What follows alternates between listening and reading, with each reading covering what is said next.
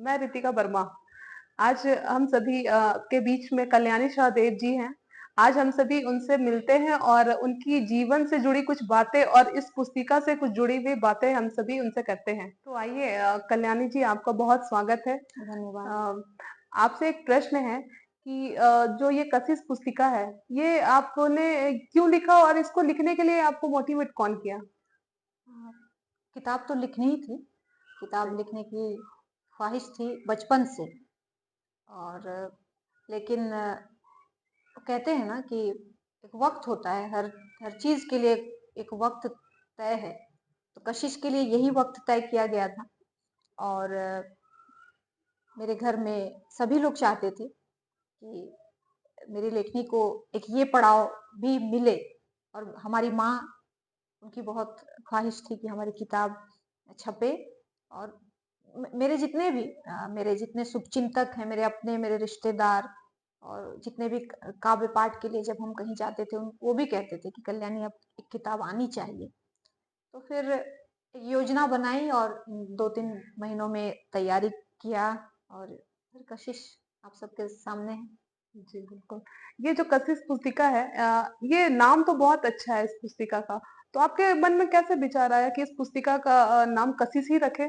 हाँ, ये प्रश्न बहुत आ रहा है, कशिश ही क्यों? क्यों? जी, हाँ, बिल्कुल। तो इसके संदर्भ में यही कहेंगे कि कशिश हमारी कशिश से जुड़ी जो जो बातें हैं वो बचपन से हैं। जब हमने बहुत छोटेपन से, जब बचपन से लिखना शुरू किया, तो तब तब भी मन में एक ख्वाब वहीं से पलना शुरू हो गया था कि कभी तो अपनी एक किताब छपेगी। और तब तब से, उस छोटी उम्र से ही हमने अपने मन में कशिश को बिठा लिया था।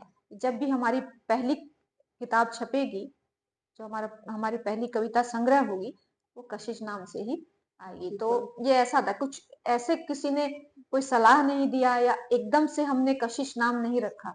ये बचपन से पलता हुआ एक सपना जो आज एक यहाँ जो आप सबको देखने को या पढ़ने पृष्ठ को मिल रहा नंबर 14 में एक कविता है, अपनी धड़कनों से पूछो। वो तो बहुत सुंदर कविता है। है। उसके बारे में आप कुछ थोड़ा डिफाइन करें, समझाएँ हम सभी को? अच्छा। ऐसा कविता संग्रह है जी। ना? तो जो हमने कविताएं लिखी हैं, अ, बहुत सारी कविताएं जो हम बहुत दिनों से लिखते आ रहे हैं, वहां से भी उठाई हैं। कुछ जी। नई नई कविताएं भी हैं कशिश में। और ऐसा कोई विशेष व्याख्या क्या ही करें इस कविता को। फिर भी ऐसे कहेंगे ना, अ, अ, सबके जीवन में, सबके दिल में ना एक कोना ऐसा है, जो कि उस कोने के बारे में बस अ, वो वही जानता जी, है जी, ना? बिल्कुल।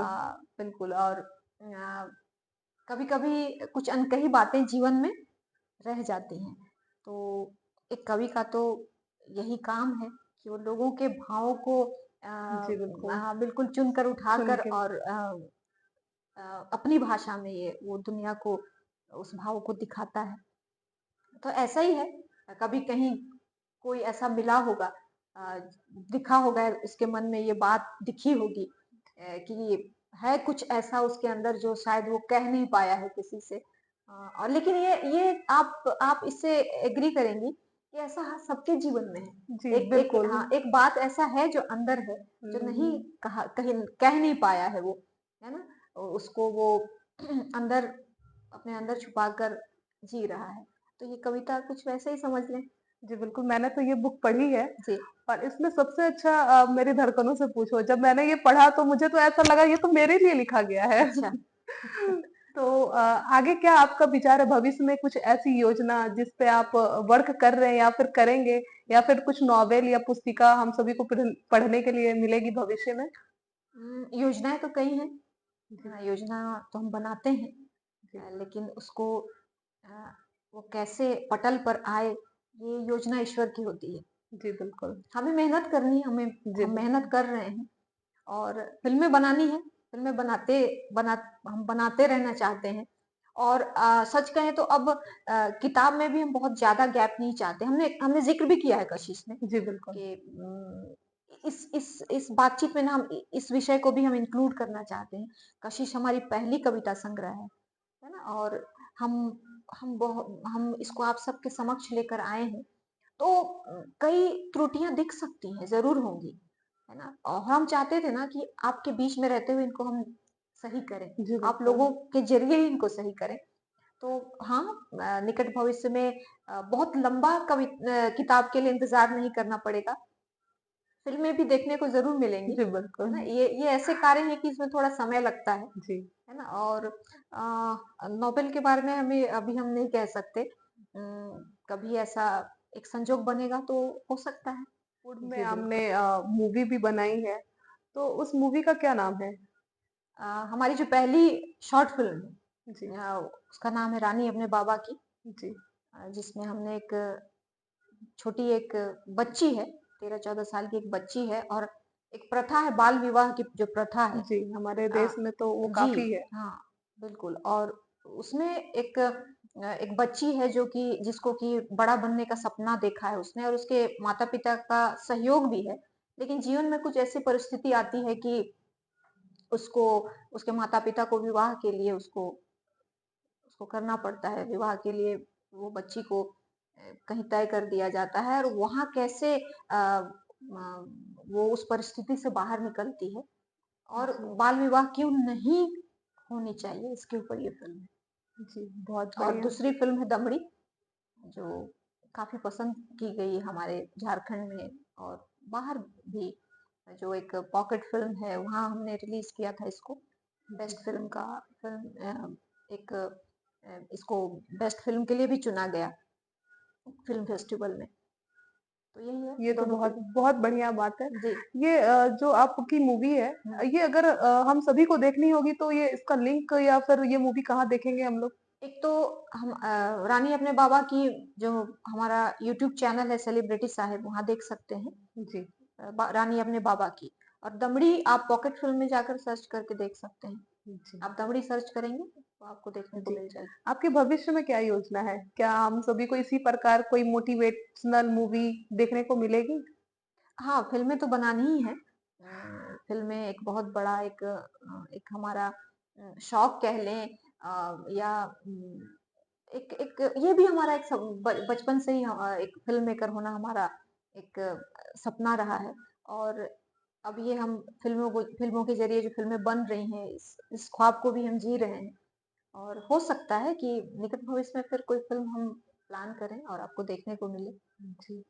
तो आपका ये सफ़र कहाँ से स्टार्ट हुआ? जो मूवी बनाने वाला सफ़र था वो हुँ। आप कहाँ से स्टार्ट किए? और आपको कौन बोला? ऐसा आइडिया आपको कौन दिया कि मूवी बनाना चाहिए? अ, थोड़ा इसको आगे ले जाकर हम बात कर सकते हैं इस बारे में कि हमारा 7-8 सालों का मुंबई प्रवास रहा। जी, हम बचपन से मुंबई जाना चाहते थे अच्छा, और वहाँ पे फ़िल्मों के लिए हम लिखना चाहते थे। एज़ ए लिरिसिस्ट हम मुंबई गए थे। अच्छा, लेकिन मुंबई जाने के बाद वहाँ कई चीज़ें करने को मिली, सीखने को मिली, जानने को मिली। अ, जैसे गए तो थे हम एक गीत लेखन के लिए, लेकिन मुंबई एक जिसको माया नगरी कहते हैं हम, जी, वहाँ आप जो करने जाते हैं, ज़रूरी नहीं आप वो कर पाएँ। जी, अ, बचपन से हम कविताएँ लिखते थे, गीत लिखते थे, लेकिन मुंबई जाने के बाद ये पता चला कि हम संवाद भी लिख सकते हैं, हम कहानियाँ भी लिख सकते हैं और जो हमें मुंबई में पहला ब्रेक मिला था, वो संवाद लेखन के लिए मिला था। अच्छा, फिर वहाँ से फिर धीरे-धीरे ये समझ आने लगी एक फ़िल्मों के प्रति भी एक जो मन में जिज्ञासा आई, वहाँ से भी एक शौक पनपा अंदर कि हमें फ़िल्म बनानी है अच्छा, ना? तो फिर अ, वहाँ तो काम करते रहे सीरियल में और भी कई लोगों के साथ कई लोगों को कोई बहुत सारे जानकार लोगों को असिस्ट किया, सीखा, है ना? गीत लेखन में जो एक बात है कि मुंबई में मीटर पे गीत लिखा जाता है, तो वो विद्या हमने सीखी। बहुत ही प्रसिद्ध संगीतकार हैं राम लक्ष्मण जी जो अब अच्छा, नहीं रहे और दादू उनको प्यार से हम कहते हैं रविंद्र जैन, वो भी अच्छा, अब नहीं रहे। लेकिन हमने इन दोनों से बहुत सीखा गीत लेखन के बारे में, कैसे मीटर पे गीत लिखा जाता है, गीत कैसे लिखना चाहिए। ऐसे ही कई बहुत ही जानकार ज्ञानियों से वास्ता पड़ा वहाँ। और फिर एक हमारी मुलाकात राजश्री प्रोडक्शन में एक हैं, वहाँ के उस प्रोडक्शन हाउस के मैनेजर हैं सतीश गुप्ता जी। उन दिनों में जब हम मुंबई में थे तो उनके साथ बहुत मिलना होता था, उनके साथ बैठना होता था। तो वो बहुत अच्छी कई जानकारियाँ देते थे, और जब हम उनके पास अपने गीत लेकर जाते थे तो वो हमेशा एक बात कहते थे कि कल्याणी तुम कहानी लिखो। तो हम उनसे कहते थे कि हम गीत लिखते हैं, कविताएं लिखते हैं, कहानी नहीं लिखी हमने कभी, अच्छा। उस तरह से नहीं लिखी। लिखी, ऐसा नहीं कि नहीं लिखी, बचपन में भी हमने कहानियां लिखी, बहुत बचपना में जो कहानियां जैसे लिखी, लेकिन जिस पे हम फिल्म बना सके वैसा कभी विचार नहीं आया। तो उन्होंने ना बड़े प्यार से कहा, देखो कितने प्यारे गीत हैं, रोमांटिक सॉन्ग होते थे, फिल्मों के लिए वो लिख कर लेके जाते थे। वो कहते थे ना, इन इन गीतों की एक श्रृंखला बना दो, है ना, कुछ शब्दों को लिखते हुए इन गीतों की श्रृंखला बना दो तो कहानी बन जाएगी। तो हमने कहा अच्छा इतना सरल है क्या? फिर हमने उस पे सोचना शुरू किया, तो हो गया, अच्छा, है ना। और हमने मुंबई में रहते ही एक कहानी लिखी। बहुत और अच्छी। ये बताना कितना प्रासंगिक है इस जगह पे हमें नहीं पता, बात निकली है तो फिर निकल गई। अ, वो कहानी हम लेकर सतीश गुप्ता जी के पास गए और अच्छा। उनको सुनाया तो उनको बहुत पसंद आई। हाँ, ये बहुत अच्छा है। और फिर जो राजश्री में एक सुब्रमण्यम जी करके थे, जी, उस जी। वक्त बहुत बुजुर्ग थे, अब तो पता नहीं अब वो होंगे या नहीं होंगे। उन्होंने सुनी, अच्छा। तो कहा हाँ, इनको, इस कहानी को हम आगे लेकर जा सकते हैं। और अ, उसके बाद अ, वहाँ पे जो राष्ट्रीय प्रोडक्शन में राजकुमार गुप्ता जी, अ, जो सॉरी क्षमा करें,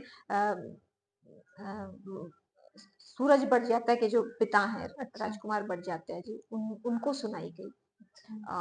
और फिर उन्होंने सुनी ये कहानी, उनको भी पसंद आई। लेकिन ऐसा हुआ ना कि परिस्थिति जैसे कहते हैं ना, परिस्थितिवश फिर हमें मुंबई से वापस आना पड़ा, है ना। और वो जो एक चल पड़ा था, वो उसको वहां पे विराम लगा।